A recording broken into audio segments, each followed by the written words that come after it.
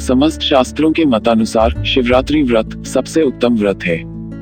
शास्त्रों में इस व्रत को व्रतराज कहा गया है, जो चारों पुरुषार्थों को देने वाला व्रत है। जगत की भलाई के लिए एक बार मां पार्वती ने भगवान शिव से प्रश्न किया कि ऐसा कौन सा व्रत है जिसे करने से भूवासी उनकी अनुकंपा पा सकते हैं। उत्तर में भगवान शिव ने मां पार्वती को शिवरात्रि के व्रत का विधान बताकर यह कथा सुनाई। प्राचीन काल में एक जंगल में चित्रभानु नाम का एक शिकारी रहता था, जो जंगली जानवरों का शिकार करके अपने परिवार का पालन पोषण किया करता था। एक बार जब वह शिकार के लिए जंगल गया, तब संयोगवश पूरे दिन खोजने के बाद भी उसे शिकार के लिए कोई जानवर न मिला। तब वह यह सोचकर चिंतित हो गया कि आज उसके बच्चों, पत्नी एवं माता पिता को भूखा रहना पड़ेगा।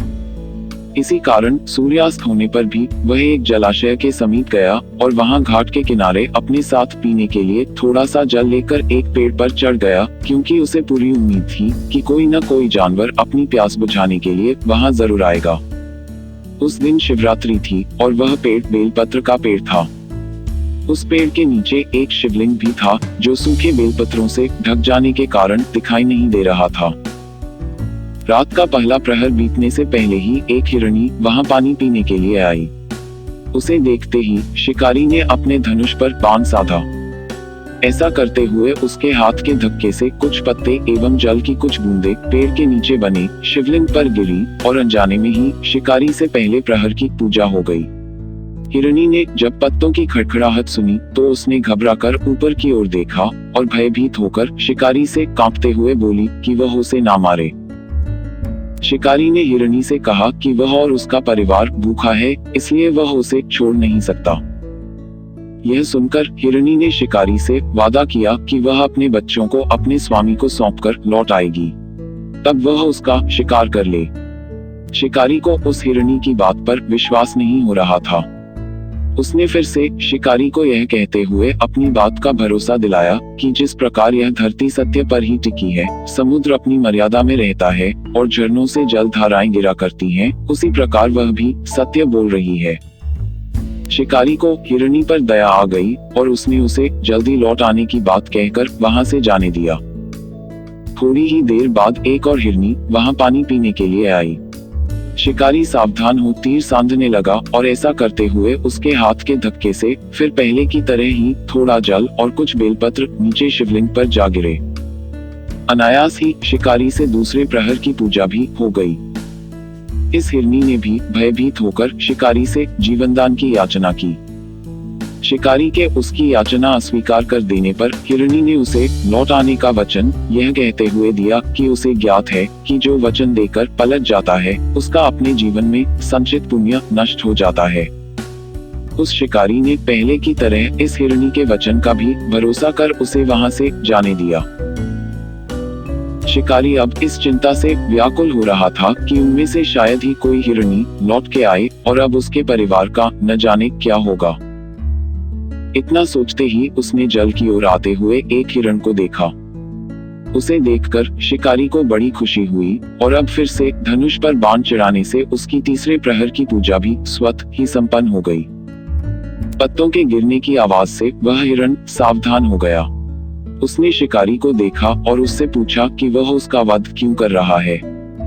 शिकारी हिरण से बोला कि वह अपने कुटुंब को भोजन देने के लिए उसका वध कर रहा है। वह हिरण प्रसन्न होकर कहने लगा कि वह धन्य है कि उसका ये हृष्ट पुष्ट शरीर किसी के काम आएगा और इस परोपकार से उसका जीवन सफल हो जाएगा। लेकिन हिरण ने भी शिकारी से जीवनदान की याचना की ताकि वह अपने बच्चों को उनकी माता के हाथों में सौंपकर और उन सबको धीरज बंधाकर लौट आए। शिकारी के पाप पुंज नष्ट हो जाने की वजह से उसका हृदय अब शुद्ध हो गया था। अब वह विनम्र वाणी में बोला कि जो भी वहां आए सभी बातें बनाकर चले गए और अब तक नहीं लौटे। अब यदि वह भी झूठ बोलकर वहां से चला जाएगा तो उसके परिजनों का क्या होगा।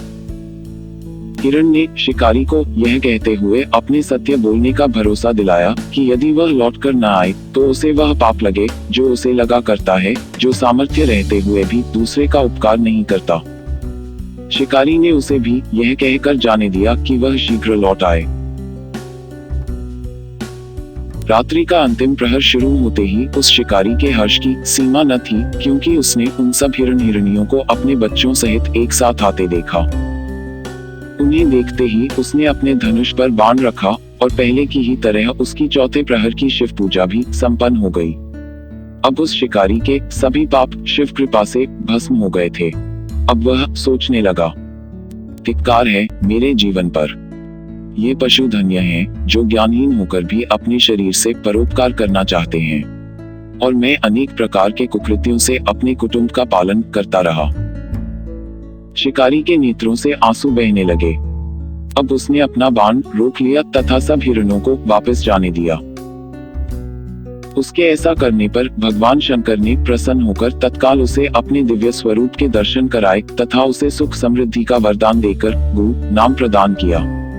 ये वही गु थे जिनके साथ भगवान श्री राम ने मित्रता की थी। इस तरह अनजाने में किए गए शिवरात्रि व्रत का पुण्य भी शिकारी को प्राप्त हुआ। धर्म मर्मज्ञ और ज्ञानी जन बताते हैं कि महादेव थोड़े प्रयास और निष्ठा से भी प्रसन्न हो जाते हैं और अनजाने में किए गए संकल्प पुण्य कार्य और व्रत का फल भी दे देते हैं।